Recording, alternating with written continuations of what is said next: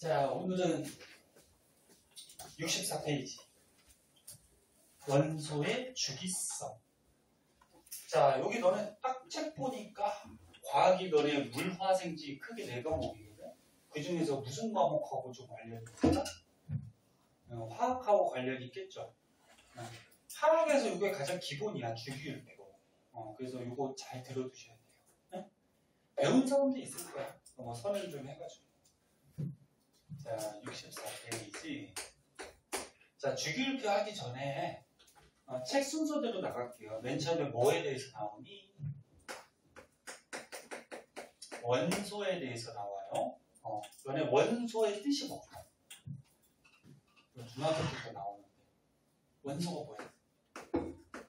어떤 물질을 이루는 가장 기본이 되는 성분. 응? 성분. 예를 들어서 물이라는 물질이 있어요. 너네 물 화학식은 알지? 하도 많이 마서. 뭐야? H2O 그렇지. 그러면 물이라는 물질은 어떤 성분으로 되어 있어? H가 뭐지? 수소. O가 뭐예요? 산소. 그래서 물이라는 물질은 수소라는 성분하고 산소라는 성분으로 되어 있죠. 이렇게 물질이 이루는 성분을 뭐라 그래?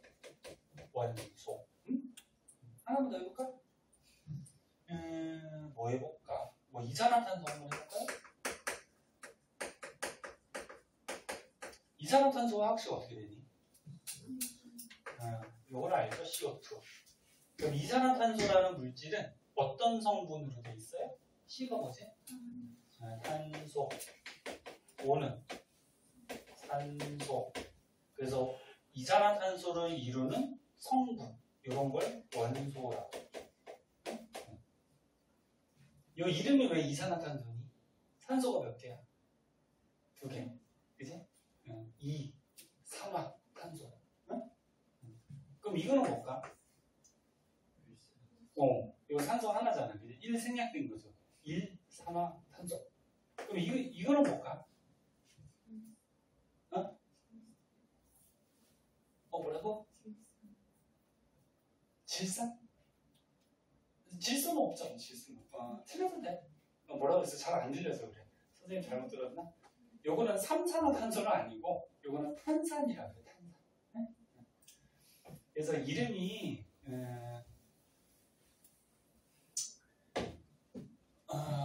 화학식들이 이름들이 좀 정해진 게 있고 그러니까 막 지 맘대로 너네 이름 정하듯이 그런 것들도 있고 나중에 이제 차차 배울 거야. 자, 그래서 원소는 이렇게 물질이 이루는 기본 성분인데 현재까지 발견된 원소 종류가 몇 가지 정도 될까?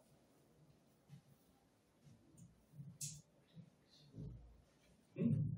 현재까지 발견된 게 한 120여 종이 돼요. 책마다 좀 다른데 118가지 뭐 이렇게 나온 책도 있고 그러니까 약 120개 정도 되고 원소는 크게 금속 원소하고 비금속 원소로 분류를 할 수가 있거든. 너네 금속은 전기 통해 안 통해?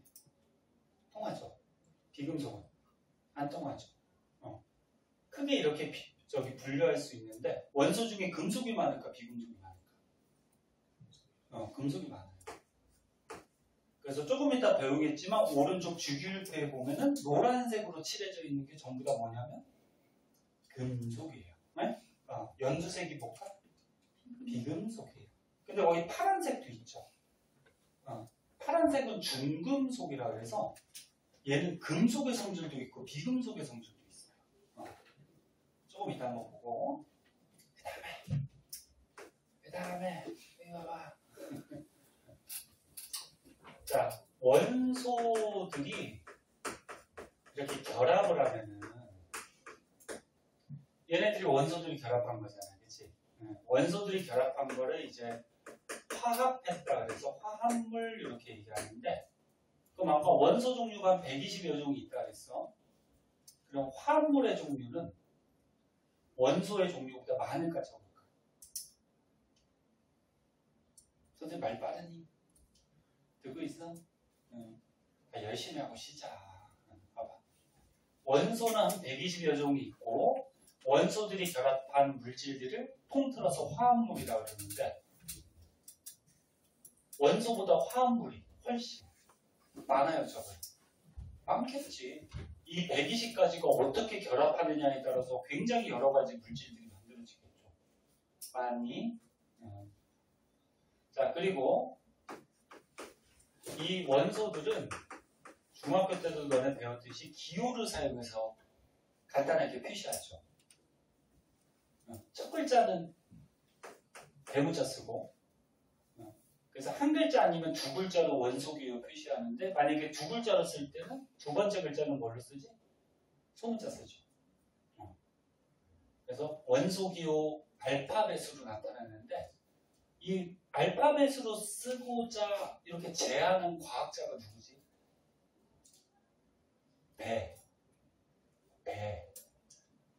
베르셀리우스 들어봤어? 니들 이거 중학교 2학년 때인가 작년인가 배우지 않았어? 알파벳으로 원소기호 이렇게 쓰자고 제안한 사람.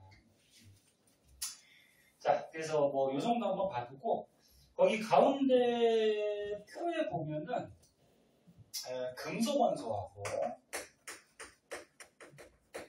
비금속 원소를 조금 분류해 놓은 표가 있네. 그 책의 걸로 보자. 첫 번째가 실온에서 상태.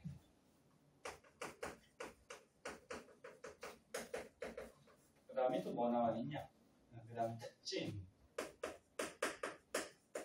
그 다음은 뭐 이용 이렇게 나와 있는데, 자, 실온이 뭐니? 실온. 자, 실온이 뭐야? 실온이 뭐야? 좀 대답 좀 해줘. 지금 몇 명이야? 둘, 넷, 여섯, 8명 있는데 한 명도 대답을 안 해. 오늘 2명 더 빠져가지고 이 2명 진짜 전화도 안 받고 그냥 한 명은 무슨 대회 나갔다 그랬고 얘네 빠지면은 보강하면 되지 그렇게 생각하지 말고요. 본 수업을 듣는 게 좋고요. 자, 실온이 뭐야? 실내 온도. 너는 지금 교실의 실내 온도가 몇 도 정도 될까? 저거 보면 나와 있냐? 저거는 22는 선생님이 맞춰놓은 거고 22도. 보통 한 20에서 25도 정도 되죠. 그래서 니네 과학 문제 풀 때 실온 이렇게 나오면 한 20에서 25도 정도 생각하면 돼요. 실온하고 또 잘 나오는 말이 상온이라는 말이 있어. 문제 풀 때. 상온 요거는 뭐냐면 높은 온도가 아니야. 상자가 평상시 상자예요. 평상시 온도. 평상시 온도도 한 20에서 25도 정도 돼요. 그래서 실온, 상온 이런 말 나오면 그냥 20도씨 정도 생각하면 돼요. 근데 교실 20도씨 교실 온도에서 금속들은 무슨 상태? 상태라 그러면 고체, 액체, 기체 얘기하죠. 금속들은 무슨 상태로 존재할까? 고체로 존재하죠. 그치? 지금 너네 책상에 철 같은 금속도 고체로 존재하잖아. 여기 보세요. 여기 보세요. 책 봐봤자 소용없어요. 책은 집에 가서 읽어보고. 근데 니네 원소 중에 실온, 상온에서 액체인 원소 하나 있거든. 아니, 금속 중에 액체.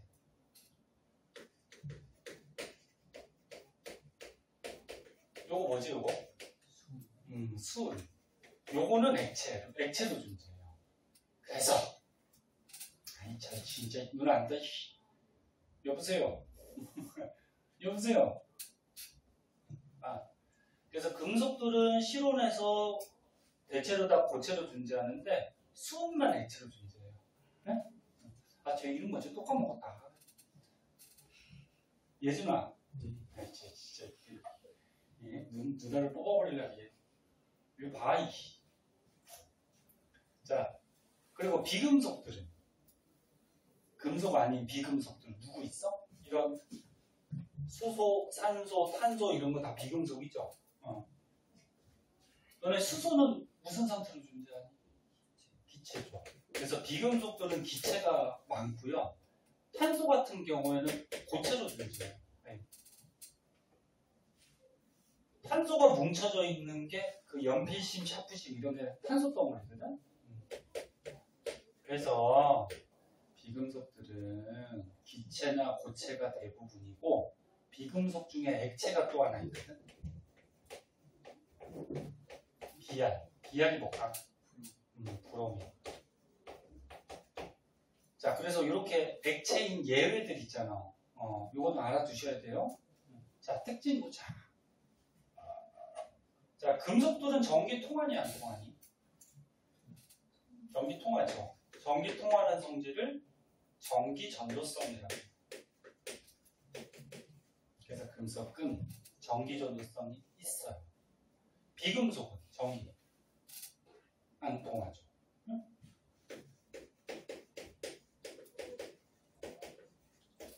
근데 또 예외가 있어요. 너네 과학이 짜증나는 게 수학같이 딱딱 안 떨어지고 이렇게 예외들이 있어서 짜증나거든. 너네 흑연 있죠, 흑연. 연필심. 응? 너네 연필심 흑연이 무슨 원소로 돼 있다고?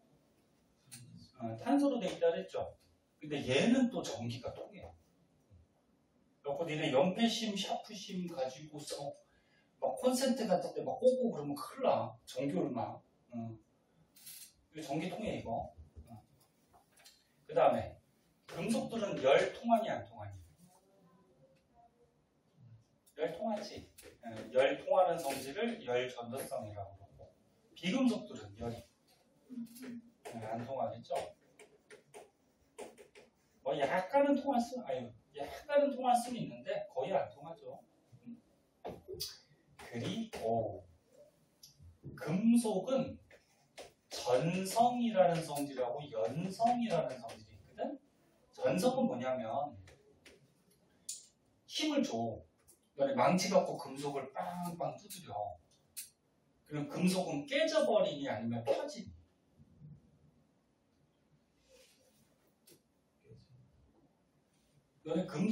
너네 이거 책상 다리 이런 거 뭐야? 이거 철 금속이잖아. 네? 너네 망치 갖고 이렇게 꽝꽝 두드리면 얘가 막 과자같이 부서지니? 깨져버리니? 아니죠. 막 펴지고 구부러지고 그러지, 그치? 그래서 예준아, 너 진짜 쉽게. 일어서서 들었기 때문에. 졸리면 일어서서. 그래. 어제 왜 밤새 오락했어? 게임했어? 아니요. 그럼 밤새 뭐 했어? 숙제했어요. 숙제했어? 자, 전성은 너네 외부에서 힘을 줬을 때 펴지는 성질을 전성이라고 해요. 펴짐성. 네? 꽝꽝 두드려서 펴는 성질. 네. 연성은 뭐냐면은 금속을 녹여. 용광로 같은 데서 녹여서 가느다랗게 실같이 뽑아내는 성질을 연성이라고 해요. 뽑아내는 성질. 근데 금속은 이렇게 철사같이 뽑아낼 수 있죠. 이런 성질을 연성이라고 해요. 근데 비금속들은 기체는 당연히 저기 뭐 부시거나 할 수 없는데 고체들은 어떻게 돼? 흑연 같은 거 힘주면 펴지지 않고 어떻게 돼? 부서지지? 그리고 이제 오늘 조금 있다가 화학결합 배울 건데 거기에서 이온결합 나오거든. 너네 금속들은 물에 녹았을 때 물에 녹은 용액을 수용액이라 그래요. 물에 녹았을 때 양이온 될까 음이온 될까? 양이온. 양이온은 너네 전자 얻은 거야 잃은 거야? 마이너스 전자를 잃어버려서 플러스가 강해진 거지. 응? 조금 이따 자세하게 할 거예요. 금속들은 너네 물에 녹아서 양이온이 잘 돼요. 그리고 비금속들은 거꾸로겠지. 물에 녹아서 무슨 이온이 잘 돼? 음이온이 잘 돼. 음이온은 전자를 얻은 거야. 얻은 거. 그래서 마이너스 전자를 얻어서 마이너스가 더 세진 거지. 그치? 자, 이런 특징점들 알아두도록 하시고요. 자, 자, 그러면 이제 주기율표에 대해서 조금만 알아보고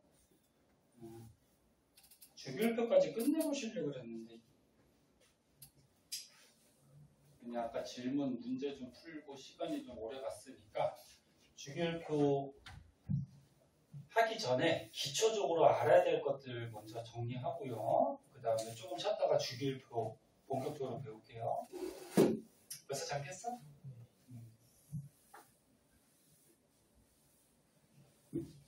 아니, 졸린 거 이해해. 그치? 많이 졸렸지? 이해하는데 졸리면 맞아야지 뭐. 그치?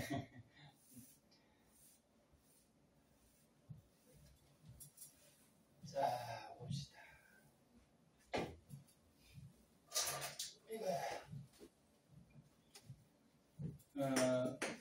주기율표를 배우기 전에 주기율의 뜻이 있어요. 주기율이 뭐냐면은 어떤 기준에 따라서 원소들을 배열해요. 어떤 기준을 정해서 원소들을 쫙 배열해요. 쫙 배열했을 때 일정한 간격으로 성질이 비슷한 원소가 나타나는 현상을 주기율이라고 해요. 네? 그럼 예를 들어볼게요. 현재 너네 현재 사용하는 주기율표는 누가 만든 건지 알고 있니?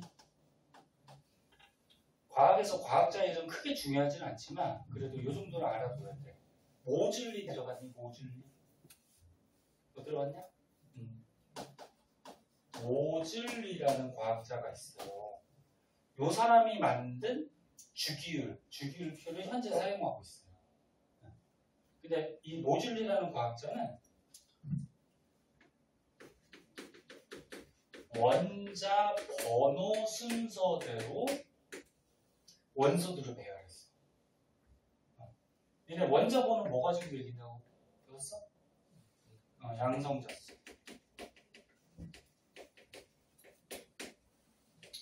원자 번호 순서대로, 그러니까 양성자 순서대로 배열을 했어. 응? 그랬더니 8번째 간격으로 성질이 비슷한 게 막 나타났더래. 그럼 얘네 원자 번호 1번부터 20번까지 외웠잖아, 그치? 배열해보자. 1번부터 어떻게 돼? 수헬, 리베. 그 다음 어떻게 돼? 분단, 질산, 불내나막, 알규, 이막 이렇게 가지, 그지? 자, 그래서 얘를 보면은 양성자 하나, 둘, 셋, 원자 번호 1, 2, 3 이렇게 매긴 거지, 그지? 그래서 원자 번호 양성자 순서들을 쫙 배열을 했대, 이 과학자가. 네? 그랬더니 8번째 간격. 얘네 요거 헬륨하고 성질이 좀 비슷한 애가 누구냐면 얘거든. 이제 배우겠지만 얘가 몇 번째야? 하나, 둘, 셋, 넷, 다, 일곱, 8번째지, 그치? 그 다음에 여기서 또 8번째를 가면은 아르곤이 나오거든. 걔도 성질이 비슷해. 당연히 성질이 같을 수는 없어. 원소가 다르니까. 그러면 요거 리튬하고 성질이 좀 비슷한 애가 누구니? 리튬하고 성질이 좀 비슷한 애. 그렇지. 8번째 가면 나트륨이 되겠지. 그지? 이런 식으로 모즐리라는 과학자가 원자 번호 양성자 순서대로 쫙 배열했더니 얘네들의 성질을 다 조사를 한 거야. 조사를 해서 봤더니 8번째 간격으로 성질이 비슷한 현상이 나타나더래. 네? 그래서 이런 주기율을 발견을 했어. 그래서 얘를 가지고 보기 좋게 어떻게 한 거야? 표로 만든 게 주기율표예요. 네? 표로. 근데 표로 만들었는데 표가요. 보세요.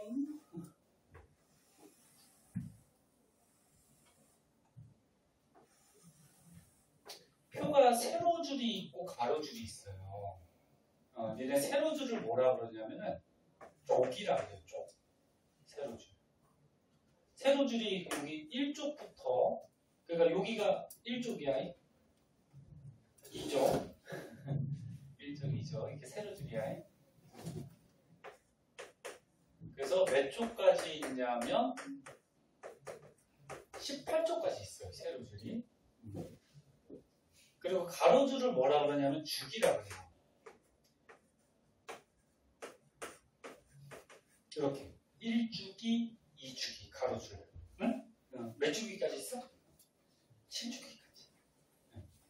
근데 이 족하고 주기는 어떻게 매긴 거냐면은 응? 족하고 주기가 족은요 응? 원소의 원자과 전자 숫자로 족을 매겨요. 원자과 전자. 원자과 전자 들어봤나요? 못 들어봤나? alright? 이거 봐. 원자핵이 있어. 원자핵이 있고 겉에 전자들이 돌아다니죠. 근데 전자들이 돌아다니는 껍질 같은 게 있다 그래서 그건 얘기했지. 얘기했나? 전자 껍질? 그래서 전자들이 돌아다니는 이렇게 껍질 같은 공간이 있어요. 이걸 전자 껍질이라고 그래. 근데 얘는 첫 번째 껍질에는 공간이 작아서 전자가 최대 몇 개 들어간다 그랬니? 2개 들어간다 그랬죠. 네? 그 다음 껍질부터는 공간이 넓어서 여기에 전자가 몇 개? 8개 들어갈 수 있어요. 최대로. 근데 전자가 이렇게 288 꽉꽉 채워지면은 이 원소가 안정해져요. 다시 봐요. 원자 안에 원자핵이 있어, 그지? 그리고 그 주위에 전자들이 막 돌아다녀. 근데 전자들이 돌아다니는 이런 껍질 같은 공간이 있어요. 이 껍질하고 껍질 사이에는 전자가 있을 수 있다, 없다? 없다 그랬죠? 근데 첫 번째 껍질에는 2개. 두 번째 껍질부터는 8개가 들어갈 수가 있는데 이렇게 288 꽉꽉 채워지면 이 원소가 어떻게 돼? 안정해져요. 어? 그러면 예를 들어서 누가 할까? 마그네슘이 있다 그랬어. 마그네슘 몇 번이니? 딱딱 나오네. 이렇게 나올 정도가 돼야 돼. 너네 이거 1번부터 계속 세고 있으면 이거 언제 세? 12번이야. 그럼 양성자 몇 개? 12개지. 12개야. 그리고 전자도 몇 개야? 12개죠. 원자는 중성이니까, 그치? 근데 첫 번째 껍질에 몇 개 들어가? 응? 몇 개? 2개 들어가죠, 그죠? 그 다음 두 번째 껍질에 8개 들어가요. 응? 그러면 전자가 12개니까 28 들어가고 몇 개 남아? 2개 남죠. 응? 이렇게 됐어?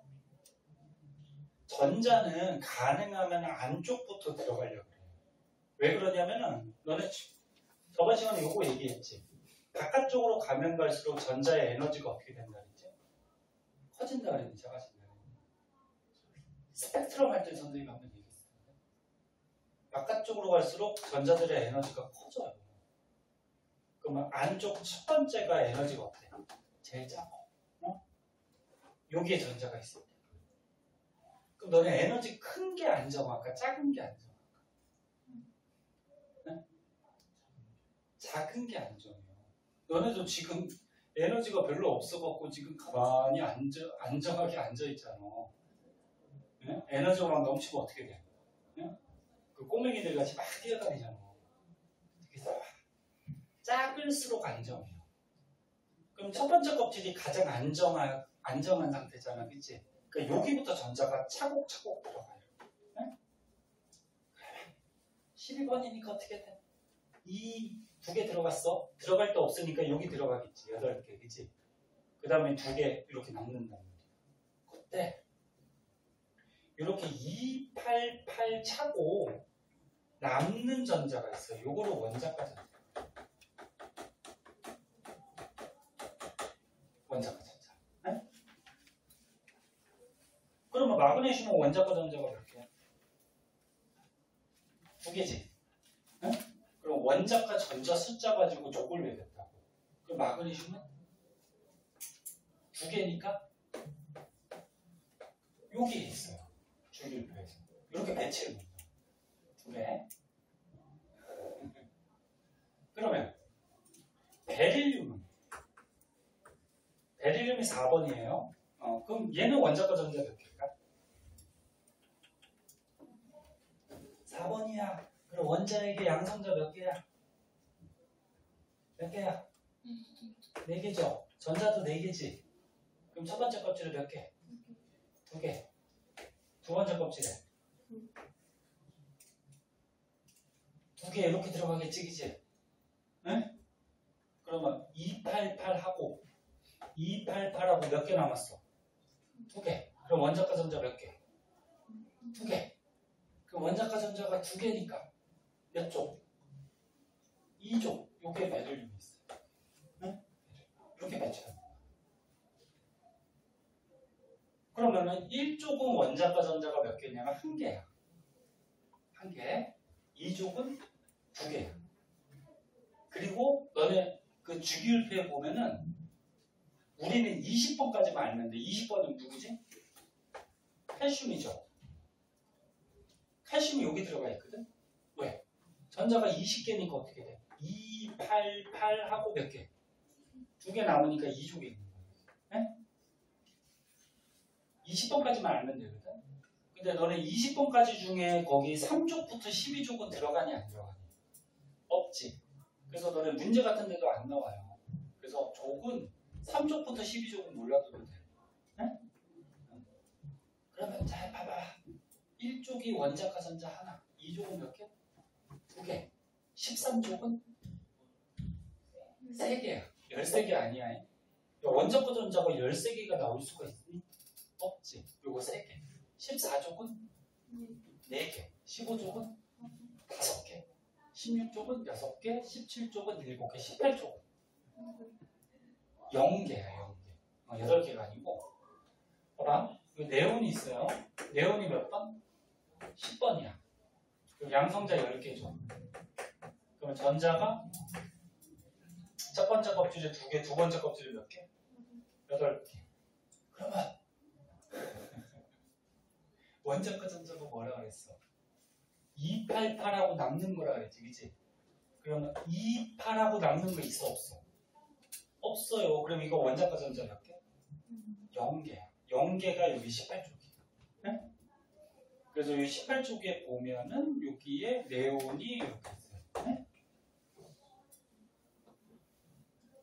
그런데 원자과 전자 숫자가 이렇게 같으면은 이 원소들의 성질이 어떻게 되냐면 좀 비슷해져요. 성질. 이런 현상이 있어. 니네 베릴륨에서 8번째 가면은 마그네슘이 되고 마그네슘에서 8번째 가면 칼슘이 돼요. 아까 선생님 뭐라 그랬어? 8번째 간격으로 성질이 어떻게 할까? 비슷하다 그랬지? 그런데 다시 봐. 원자과 전자 숫자가 같으면 이 원소들의 성질이 어떻게 돼? 비슷해져요. 그래서 주기율표는 성질이 비슷한 원소를 이렇게 세로 줄에다가 배열시킨 표예요. 듣고 있니? 그럼 가로줄은 뭐라고? 주기. 이거 가로줄이야. 네, 가로줄. 주기는 1주기부터 7주기까지 있어요. 주기는 뭐 가지고 매기냐면 전자 껍질수로 매겨요. 그럼 여기 1주기는 전자 껍질 몇 개? 1개. 2주기는 2개. 이렇게 되는 거야. 그러면 마그네슘이 이거 전자 껍질 몇 개니? 껍질 몇 개야? 3개지. 그 몇 주기? 3주기. 네? 그래서 마그네슘은 전자 껍질이 3개, 3주기고요. 원자과 전자가 몇 개? 2개니까 2족에 여기에 마그네슘이 있는 거예요. 네? 이렇게 배치해 놓은 거예요. 그럼 베릴륨은 전자 껍질 몇 개야? 2개. 몇 주기? 2주기. 원자과 전자 몇 개? 2개. 그럼 몇 쪽? 2쪽. 여기에 베릴륨이 이렇게 배치돼요. 어? 그러면 네온은 전자 껍질 몇 개? 2개. 그럼 몇 주기? 2주기. 근데 원자과 전자가 0개. 그럼 몇 쪽? 18쪽. 이렇게. 이해했어? 이렇게 배치해 놓은 거야. 그럼 알루미늄 같은 경우에는 여기 있거든. 자, 그럼 거꾸로 해보자. 야, 알루미늄이 지금 몇 주기니? 3주기지. 야, 3주기지. 그럼 전자 껍질이 몇 개라는 거야? 3개라는 거야. 원자 핵이 있고. 그리고 족이 몇 족이야? 13족이죠. 그럼 원자과 전자가 몇 개라는 거야? 3개. 그 맨 바깥쪽이 3개라는 거야, 전자. 그러면 안쪽은 어떻게 돼? 2팔 들어있겠지. 2팔. 그치? 그럼 전자가 총 몇 개니? 13개지. 그럼 전자가 13개니까 몇 번이야? 13번이 되는 거지. 네? 그리고 전자가 13개니까 안에 양성자도 13개, 13번. 이렇게 되겠지. 오케이? 이렇게 해서 주기율표를 만들어 놓은 거야. 자, 좀 쉬었다 하자. 저기 사람은 좀 자고.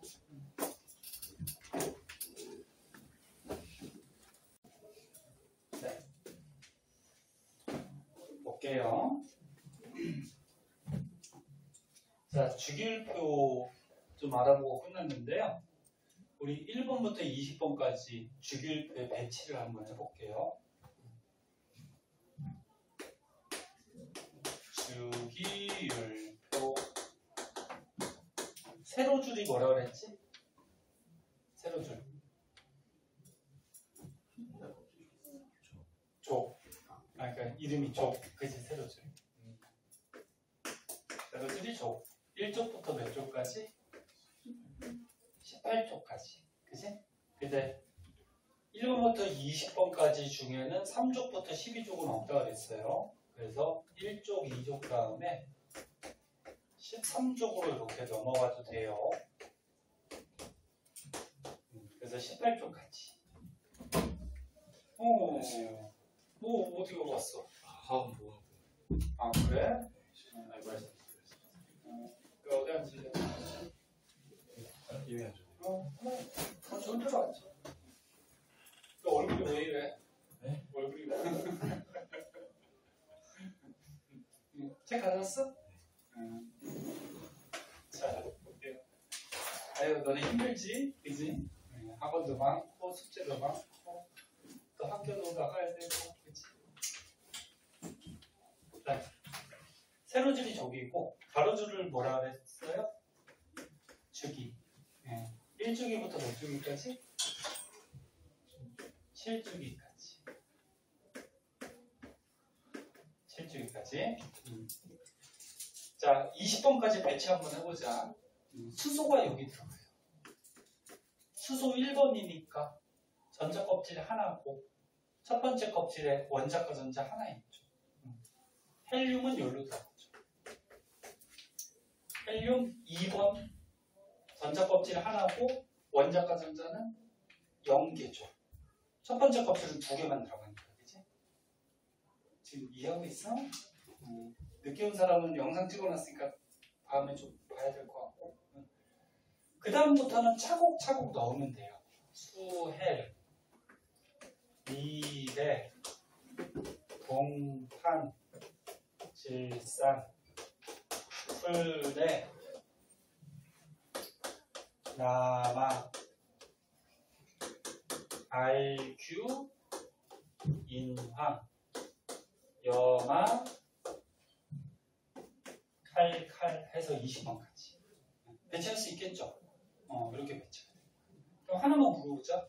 염소가 있네요. 염소가 여기 있어. 그 원자과 전자 몇 개니? 7개죠. 그치? 전자 껍질은 몇 개니? 3개죠. 네? 탄소는 원자과 전자 몇 개니? 4개죠. 전자 껍질은 2개죠. 볼 수 있겠죠? 이렇게 20번까지 배치하면 되고, 자, 그때 선생님이 아까 처음에 같은 세로줄에 있는 게 족이라 그랬는데, 족은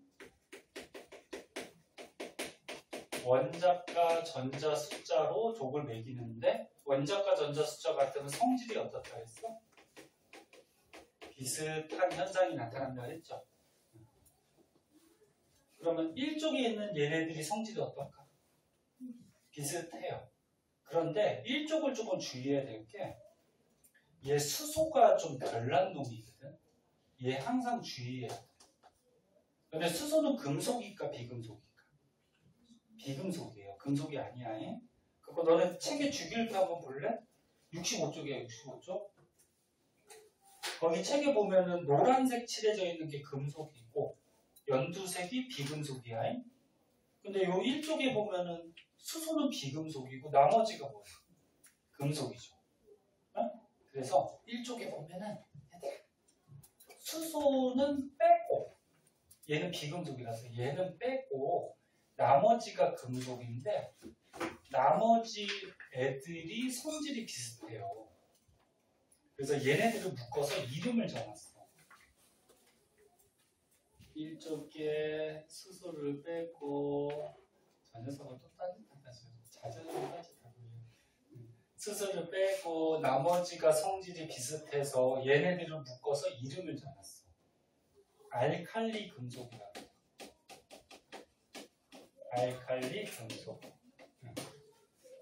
그리고 2족도 얘네들끼리 성질이 비슷한데 2족부터 다른 거는 몰라도 되고 17족을 좀 알아둬야 돼. 17족에 얘네들 원자과 전자 7개죠. 7개인데 얘네들 성질이 비슷한데 요 밑에 보면 브로민하고 아이오딘이 있거든. 근데 요거까지 잘 나와. 얘네들 20번이 넘어가지. 그래도 요거까지도 알아두셔야 돼요. 그래서 너네 20번까지 배치하다 보면은 F하고 C에는 배치할 수 있죠. 그 밑에 Br하고 I가 있거든. 헷갈리면은 이렇게 FBI로 외우던지. 네? 아무튼 17쪽을 묶어서 또 이름을 정했어요. 얘네들 묶어서 뭐라고 정했냐면은 할로젠 원소라고 이름을 정했어요. 할로젠 원소. 그리고 18쪽도 좀 알아둬야 되는데 얘네들 묶어서 또 이름을 정했는데 비활성 기체라고 해요. 비활성 기체.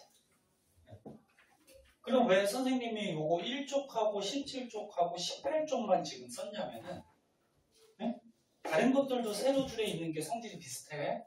근데 이렇게 세 가지만 좀 알면 돼. 왜 이렇게 세 개 썼냐면은 얘부터 볼까? 18쪽. 18쪽. 얘를 봐봐. 이름이 비활성 기체야. 묶어서. 비자가 아닐 비자거든. 아니다라는 거야. 아니다. 활발히 반응하는 성질이 없다. 그럼 거꾸로 얘기하면은 안정하다 그럽니다. 너네 안정하면은 반응을 잘할까 안 할까? 안 해요. 야, 지가 안정한데 뭘 반응을 해, 그치?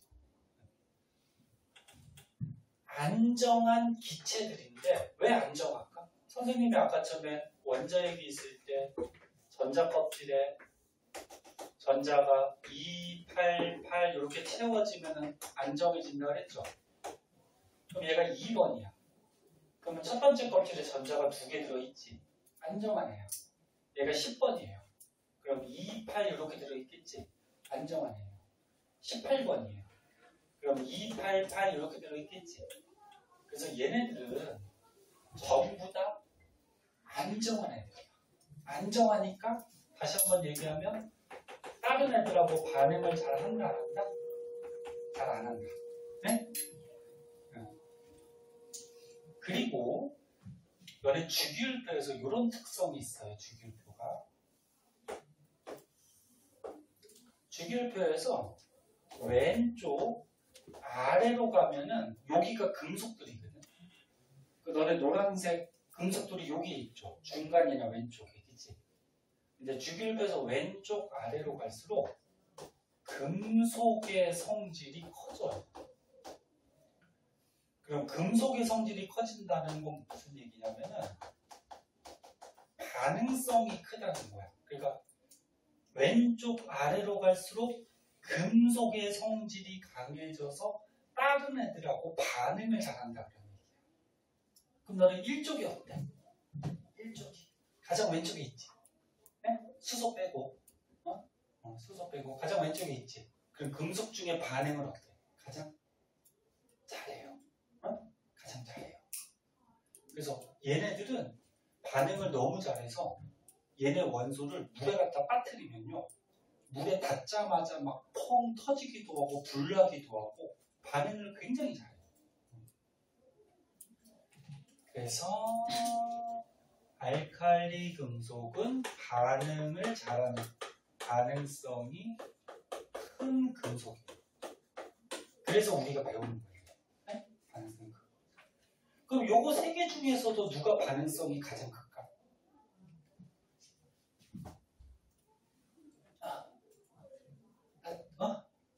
나트륨? 아니 요거 세 개 중에. 그러니까 얘네가 전부 다 왼쪽에 있으니까 반응성이 큰 금속이지. 그 중에 요거 세 개 중에서도 누가 반응성이 제일 크니? 칼륨이죠. 왼쪽 아래로 갈수록 커진다니까. 반응을 잘한다니까. 네? 그리고 18쪽은 반응해요, 안 해요? 네? 18쪽은 반응 안 하지, 안전해서. 그치? 그래서 18쪽을 제외하고 오른쪽 위로 갈수록 비금속들이 있거든. 그 오른쪽 위로 갈수록 비금속의 성질이 커져요.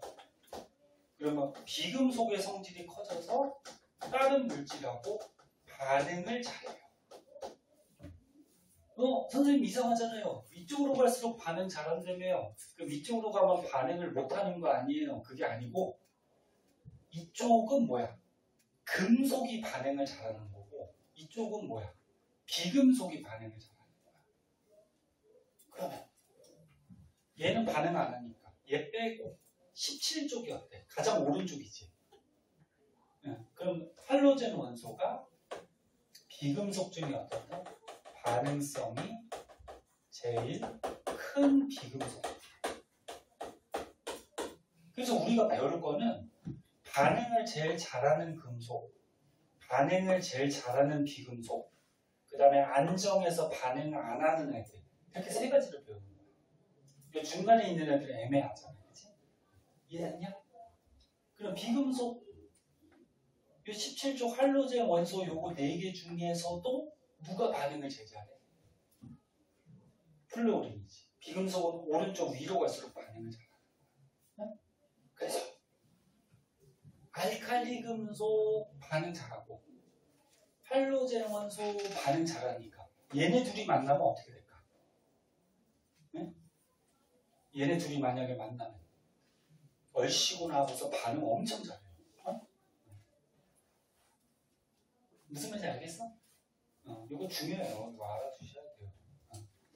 자, 그래서 이제 뒷장 밑에 나오는구나.